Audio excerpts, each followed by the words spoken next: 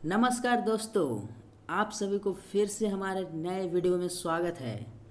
जैसा कि आप लोग जान रहे हैं कि हम लोग बिहार बोर्ड कक्षा 10वीं सोशल साइंस के ज्योग्राफी के क्वेश्चन को सॉल्व कर रहे हैं और हम लोग पहला लेसन भारत संसाधन एवं उसके उपयोग से ऑब्जेक्टिव प्रश्न लेकर आए थे जिसमें मैंने आपसे कहा था कि इसमें 80 से प्लस ऑब्जेक्टिव कराऊंगा और जिससे 60 प्लस ऑब्जेक्टिव हो चुका है, 60 ऑब्जेक्टिव हो चुका है और बचे हुए शेष ऑब्जेक्टिव को आज पूरा ख़त्म करेंगे इस एक ही वीडियो में। इसलिए वीडियो को लास्ट तक देखें और पसंद आए तो लाइक करें, अगर नए हैं तो चैनल को सब्सक्राइब करें। चलिए, हमारा आज का पहला प्रश्न संख्या 61 है। भारत में लगभग कितने करोड़ हेक्टेयर भूमि का क्षरण हो चुका है। ठीक है, मतलब कितने करोड़ हेक्टेयर भूमि का क्षरण हो चुका है। तो कितने करोड़ का, तो 13 करोड़ हेक्टेयर भूमि का क्षरण हो चुका है अभी तक। इसलिए ऑप्शन नंबर सी सही हो जाएगा, 13 करोड़ हेक्टेयर। नेक्स्ट प्रश्न संख्या 62 हमारे सामने है। देश के बांधों को किसने भारत का मंदिर कहा था। देश के जो बांध है उसको किसने भारत का मंदिर कहा था। भारत का मंदिर किसने कहा था, तो पंडित जवाहरलाल नेहरू जी ने। पंडित नेहरू इसका राइट आंसर हो जाएगा। ये प्रश्न बहुत ही ज़्यादा इंपॉर्टेंट है, कई बार आपके एग्जाम में आ चुका है, सेम टू सेम रहेगा, ऑप्शन भी वही रहेगा। तो भारत का मंदिर बांधों को कौन कहा था, तो पंडित जवाहरलाल नेहरू ने भारत के बांधों को भारत का मंदिर कहा था। इसलिए डी नंबर ऑप्शन सही हो जाएगा। देश के बांधों को भारत का मंदिर पंडित नेहरू ने कहे थे। नेक्स्ट प्रश्न संख्या हमारे सामने 63 है। भाखड़ा नंगल परियोजना किस नदी पर अवस्थित है। तो भाखड़ा नंगल परियोजना सतलज नदी पर बनाया गया था। ठीक है, सतलज नदी पर यह परियोजना हुआ था, भाखड़ा नंगल परियोजना उसका नाम था। इसलिए सी नंबर ऑप्शन बिल्कुल करेक्ट हो जाएगा। नेक्स्ट प्रश्न संख्या 64 हमारे सामने है। कुल जल का कितना प्रतिशत भाग महासागरों में निहित है। अर्थात महासागर में पूरा वाटर का कितना परसेंट, मतलब जितना वर्ल्ड में पानी है, ये पूरा वर्ल्ड में जितना पानी है वह महासागर में उसका कितना परसेंट है, तो वह कितना परसेंट है, 96.5%, अर्थात 96.5%, 96.5%। इसलिए डी नंबर ऑप्शन बिल्कुल करेक्ट हो जाएगा। चलिए नेक्स्ट प्रश्न देखते हैं। प्रश्न संख्या 65 हमारे सामने है। बिहार में अति जल दोहन से किस तत्व का संकेंद्रण बढ़ रहा है। अर्थात बिहार में बहुत ज़्यादा जल के दोहन करने से कौन से तत्व का संकेंद्रण बढ़ रहा है, तो वह कौन सा तत्व है, आर्सेनिक। आर्सेनिक तत्व का संकेंद्रण बढ़ रहा है और किस कारण से, बिहार में अति जल दोहन के कारण, जल को बहुत ज़्यादा दोहन करने के कारण। इसलिए सी नंबर ऑप्शन बिल्कुल करेक्ट हो जाएगा। यह प्रश्न भी बहुत बार आपके परीक्षा में आ चुका है, इसलिए सी नंबर ऑप्शन बिल्कुल करेक्ट है। नेक्स्ट प्रश्न संख्या 66 हमारे सामने है। प्राणियों के शरीर में कितना प्रतिशत जल की मात्रा निहित होती है। प्राणियों के शरीर में कितना प्रतिशत जल की मात्रा निहित होती है, तो वो होती है 65%। 65%, लगभग 65% प्राणियों, ह्यूमन्स के, हमारे जो आदमी है उसके शरीर में 65%, कितना परसेंट, 65% वाटर अवेलेबल होता है। इसलिए ऑप्शन नंबर सी बिल्कुल करेक्ट हो जाएगा। नेक्स्ट प्रश्न संख्या 67 हमारे सामने है। प्राकृतिक गैस किस खनिज के साथ पाया जाता है। प्राकृतिक गैस है जो किस खनिज के पाया जाता है, तो पेट्रोलियम का जब हम लोग निष्कासित करते हैं तो उसी के साथ हम लोग को क्या मिलता है, प्राकृतिक गैस। पेट्रोलियम के साथ ही हम लोग का प्राकृतिक गैस भी मिल जाता है। इसलिए बी नंबर ऑप्शन बिल्कुल करेक्ट हो जाएगा। पेट्रोलियम के साथ हम लोग को क्या मिलता है, प्राकृतिक गैस। नेक्स्ट प्रश्न संख्या 68 हमारे सामने है। निम्नलिखित में से कौन बिहार का प्रमुख नदी घाटी परियोजना है। बिहार का प्रमुख नदी घाटी परियोजना और बिहार का पहला नदी घाटी परियोजना कौन सा है, सोन नदी घाटी परियोजना। ठीक है, सोन नदी घाटी परियोजना सोन नदी पर हुआ था। बिहार का पहला नदी घाटी परियोजना सोन नदी घाटी परियोजना और बिहार का प्रमुख नदी घाटी परियोजना में गिना जाता है जो है सोन नदी घाटी परियोजना। इसलिए डी नंबर ऑप्शन 100% करेक्ट है। चलिए नेक्स्ट प्रश्न संख्या 59 हमारे सामने है। एशिया का सबसे बड़ा परमाणु विद्युत गृह कौन सा है। पूरा एशिया जो महादेश है उसका सबसे बड़ा परमाणु विद्युत गृह कौन सा है, तो वह है तारापुर। वह कौन सा है, तारापुर में ही अवस्थित है। उसका नाम भी है तारापुर परमाणु विद्युत गृह। तारापुर परमाणु विद्युत गृह जो तारापुर में उपस्थित है। इसलिए ए नंबर ऑप्शन 100% सही है। ऐसा ही क्वेश्चन आपके एग्ज़ाम में पूछा जाता है। यकीन मानिए सेम टू सेम जब आप क्वेश्चन मिलेगा वहाँ आपको परीक्षा में, तब आप लोग बोलिएगा कि हाँ हमने पढ़ा था और सेम टू सेम आया। चलिए नेक्स्ट प्रश्न देखते हैं, प्रश्न संख्या 70। भारत में 2001 में कितने प्रतिशत भौगोलिक क्षेत्र में वन का विस्तार था? भारत में 2001 ईस्वी में कितने प्रतिशत भौगोलिक क्षेत्र में वन का विस्तार था? तो वह कितना था? 19.27% क्षेत्रफल। भारत के 19.27 प्रतिशत क्षेत्रफल के किसका विस्तार था? तो वन का अर्थात जंगल का विस्तार था। और कितना समय में? 2001 ईस्वी में। 2001 ईस्वी के अनुसार भारत में कुल भौगोलिक क्षेत्र का 19.27% क्या था? वन का विस्तार था। इसलिए बी नंबर ऑप्शन बिल्कुल सही है। आप लोग ईस्वी भी याद करेंगे 2001 ईस्वी। प्रश्न को उलट के पूछ सकता है, लेकिन आप लोग घबराइए नहीं, बिल्कुल प्रश्न और उत्तर दोनों को ध्यान में रखेंगे। नेक्स्ट प्रश्न संख्या 71 हमारे सामने है। वन संरक्षण एवं प्रबंधन की दृष्टि से वनों को वर्गीकृत किया गया है।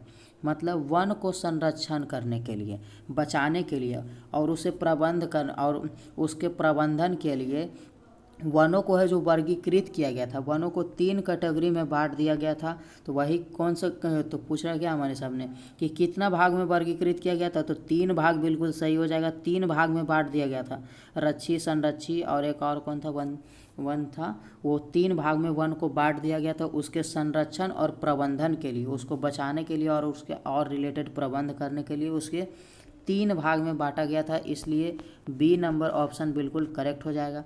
नेक्स्ट प्रश्न संख्या 72 हमारे सामने है, जो अभी तक का हमारा सबसे सरल प्रश्न है और ये आपके बोर्ड में भी पूछा गया है, वो भी एक बार नहीं बहुत बार पूछा गया है। भारत का राष्ट्रीय पक्षी है, अर्थात भारत का राष्ट्रीय पक्षी कौन है? वह और कोई नहीं, मयूर है। मयूर अर्थात इसी को क्या बोलते हैं? मोर। मोर को ही हम लोग बोलते हैं मयूर। इसलिए सी नंबर ऑप्शन बिल्कुल करेक्ट हो जाएगा। चलिए नेक्स्ट प्रश्न संख्या 73 हमारे सामने है। इनमें कौन सा ऐसा जीव है जो केवल भारत में पाया जाता है? बोल रहा है इनमें से कौन सा जीव है ऐसा जो भारत में ही सिर्फ पाया जाता है और कहीं नहीं पाया जाता है? यह क्वेश्चन में बहुत ज़्यादा कन्फ्यूजन है, लेकिन कोई बात नहीं। देखिए इसमें घड़ियाल भी दिया है, डॉल्फिन दिया है। इस अवस्था में आप लोग डॉल्फिन को ही सही करिएगा, डॉल्फिन ही मारिएगा, डॉल्फिन सही जाएगा। अगर डॉल्फिन नहीं रहे तो आप लोग घड़ियाल भी टिक कर सकते हैं, ठीक है। अगर डॉल्फिन नहीं रहे तो आप लोग घड़ियाल भी टिक कर सकते हैं। इसलिए 73 का राइट आंसर क्या हो जाएगा? 73 का right answer option number B हो जाएगा, डॉल्फिन, ठीक है। ये नहीं रहे तो आप लोग ये भी टिक करेंगे, यह भी शायद सही हो सकता है। ये थोड़ा कन्फ्यूजिंग क्वेश्चन है, आप लोग ध्यान में रखेंगे इसे। नेक्स्ट प्रश्न संख्या 74 हमारे सामने है। निम्नलिखित में से कौन लौह अयस्क का एक प्रकार है? लौह अयस्क, अयस्क क्या होता है? वैसा पदार्थ जिसको आसानी से उससे मतलब धातु का निष्कर्षण किया जा सकता है, ठीक है। वैसा खनिज जिससे आसानी से धातु का निष्कर्षण होता है उसे क्या बोलते हैं? और बहुत कम खर्च में, तो उसे बोलते हैं अयस्क। तो इसमें से धातु का अयस्क कौन सा है? सॉरी, लोहा का अयस्क कौन सा है? तो लोहा का अयस्क है हेमाटाइट। इसमें लोहा का 4-5 अयस्क होता है। हेमाटाइट होता है, मैग्नेटाइट होता है, लिमोनाइट होता है, सीडेराइड होता है। 4-5 अयस्क होता है, उसमें से एक तो कौन सा है? हेमाटाइट है। इसलिए सी नंबर ऑप्शन बिल्कुल करेक्ट हो जाएगा। बिटुमिनस कोयला का एक प्रकार है। एंथ्रासाइट भी कोयला का प्रकार है, ठीक है। एंथ्रासाइट और बिटुमिनस कोयला का प्रकार है, इनमें से कोई नहीं तो नहीं होगा, लेकिन हेमाटाइट ही है क्या? लौह अयस्क है, ठीक है। इसलिए सी नंबर क्वेश्चन का सी नंबर बिल्कुल सही ऑप्शन हो जाएगा। चलिए नेक्स्ट प्रश्न संख्या 75 हमारे सामने है। छत्तीसगढ़ भारत का कितना प्रतिशत लौह अयस्क का उत्पादन करता है? छत्तीसगढ़ जो है वह भारत का कितना प्रतिशत लोहा का मतलब उत्पादन करता है? तो वह 30%। अकेले छत्तीसगढ़ है जो भारत का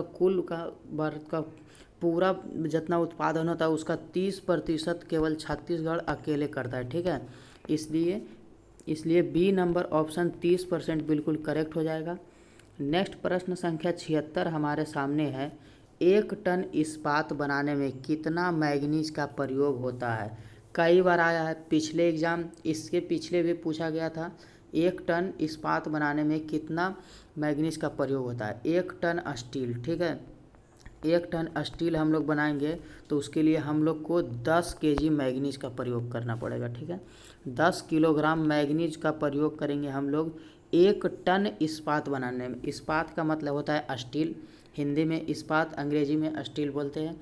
तो 1 टन इस्पात बनाने में 10 किलोग्राम मैग्नीज का प्रयोग करते हैं, इसलिए सी नंबर ऑप्शन बिल्कुल करेक्ट है। 1 टन इस्पात बनाने में 10 किलोग्राम मैग्नीज का प्रयोग करते हैं, सी नंबर ऑप्शन करेक्ट है। नेक्स्ट प्रश्न संख्या 77 हमारे सामने है। भारत के किस स्थान पर पहला परमाणु ऊर्जा स्टेशन स्थापित किया गया था? ठीक है, भारत में किस स्थान पर पहला परमाणु ऊर्जा स्टेशन स्थापित किया गया था? तो वो कौन सा है? तो वह है तारापुर। तारापुर में ही सबसे पहला परमाणु विद्युत गृह बनाया गया था, अर्थात परमाणु ऊर्जा स्टेशन बनाया गया था। और सबसे बड़ा भी है यहीं का, सबसे बड़ा ही है, तारापुर का ही है। सबसे बड़ा परमाणु विद्युत गृह कहाँ है? तारापुर में। और सबसे पहला परमाणु ऊर्जा स्टेशन भी तारापुर में ही लगा था, इसलिए डी नंबर ऑप्शन बिल्कुल करेक्ट हो जाएगा, तारापुर। नेक्स्ट प्रश्न संख्या 78 हमारे सामने है। कौन सा ऊर्जा स्रोत अनवीकरणीय? अनवीकरणीय क्या होता है? वैसा संसाधन जिसे हम लोग एक बार प्रयोग करने पर दोबारा प्रयोग नहीं कर सकते हैं। ठीक है, एक बार प्रयोग कर लेने के बाद उसे पुनः चक्र नहीं कर सकते हैं, उसका दोबारा प्रयोग नहीं कर सकते हैं। और नवीकरणीय संसाधन क्या होता है? एक होता है नवीकरणीय, तो उसको एक बार प्रयोग कर लेने के बाद दोबारा पुनः उसको प्रयोग कर सकते हैं, उसको दोबारा भी प्रयोग कर सकते हैं, उसे बोलता है नवीकरणीय। और जिसे दोबारा प्रयोग नहीं कर सकते उसे बोलते हैं अनवीकरणीय। देखिए, जल का हम लोग दोबारा प्रयोग कर सकते हैं, सौर का भी हम लोग दोबारा रोजाना प्रयोग करते हैं, पवन अर्थात हवा का भी हम लोग रोजाना प्रयोग कर सकते हैं, दोबारा भी करते हैं। लेकिन कोयला एक बार जो जल गया वो कोयला को हम लोग दोबारा प्रयोग नहीं कर पाते हैं। कोई बोलेगा कोयला जलता है तो कोक बचता है, उसका प्रयोग हम लोग दोबारा करते हैं। लेकिन जब कोक जल जाता है, वो जो कोयला जलने के बाद अवशेष बचता है, जब हम लोग उसको भी जला देते हैं तो फिर तो वो दोबारा प्रयोग नहीं हो सकता, कोयला ख़त्म हो जाता है। इसलिए सी नंबर ऑप्शन कोयला बिल्कुल करेक्ट हो जाएगा। इतना एक्सप्लेनेशन के साथ आप लोग को बता रहे हैं, वीडियो बनाने में बहुत मेहनत लगता है, इसलिए वीडियो को बिल्कुल लाइक करें। अगर नए हैं तो चैनल को सब्सक्राइब करें। और बोर्ड को तो छोड़ेंगे ही नहीं। बोर्ड में पूरा ऑब्जेक्टिव के लिए कोई टेंशन नहीं है, एक भी ऑब्जेक्टिव आपसे छूटेगा नहीं, ये हो नहीं सकता अगर आप रेगुलर मेरे वीडियो देखेंगे तो। चलिए, नेक्स्ट प्रश्न संख्या 79 हमारे सामने है। गोंडवाना समूह के कोयले का निर्माण कब हुआ था? गोंडवाना अभी भी हम लोग यूज़ करते हैं शायद, गोंडवाना समूह के कोयले, तो इसका प्रयोग बहुत पहले हो चुका था, लगभग 20 करोड़ वर्ष, जिसकी कल्पना आप लोग नहीं कर सकते हैं। 20 करोड़ वर्ष पहले ही हो चुका था गोंडवाना समूह के कोयले का निर्माण, जिसका प्रयोग हम लोग लगातार करते चल रहे थे। ठीक है, इसलिए ए नंबर ऑप्शन बिल्कुल करेक्ट हो जाएगा, 20 करोड़ वर्ष पूर्व, अर्थात 20 करोड़ वर्ष पहले। नेक्स्ट प्रश्न संख्या 80 हमारे सामने है। मुंबई हाई क्यों प्रसिद्ध है? Mumbai high is famous for तेल शोधक कारखाना हेतु। मुंबई हाई में बहुत ही बड़ा तेल शोधक कारखाना उपस्थित है, जहां तेल का रिफाइनरी होता है, उसे शुद्ध किया जाता है, उसका शुद्धिकरण होता है। तेल शोधक कारखाना है मुंबई हाई में, इसलिए बी नंबर ऑप्शन बिल्कुल करेक्ट हो जाएगा। मुंबई हाई क्यों प्रसिद्ध है? तेल शोधक कारखाना हेतु। आज के इस वीडियो में हम लोग 80 प्रश्न तक पहुंच गए हैं और ये चैप्टर का शायद ख़त्म हो चुका होगा। अगर कोई प्रश्न छूट गया है तो हम उसको बाद में करा देंगे। अगर वीडियो पसंद आए तो ज़रूर लाइक करें। हाँ, और अगर आप लोग चैप्टर वाइज तैयारी करना चाहते हैं तो हमारे चैनल से अभी से ही जुड़ जाए, क्योंकि जो लास्ट में जुड़ता है उसे लास्ट में कम ही मिलता है। अभी से जुड़िए, पूरा लीजिए, जितना आप लोग ले सकते हैं यहाँ से ज्ञान उतना लीजिए। और हर सब्जेक्ट का चैप्टर वाइज एक ऑब्जेक्टिव निकाल के आपके सामने लाया जा रहा है। बहुत मेहनत लग रहा है, इसलिए हमें सपोर्ट करिए, अपने मित्रों के पास हमारे चैनल को पहुंचाइए। और वीडियो पसंद आए तो लाइक करें, दोस्तों के साथ शेयर करें, चैनल पे नए हैं तो चैनल को सब्सक्राइब करें और हमें सपोर्ट करें।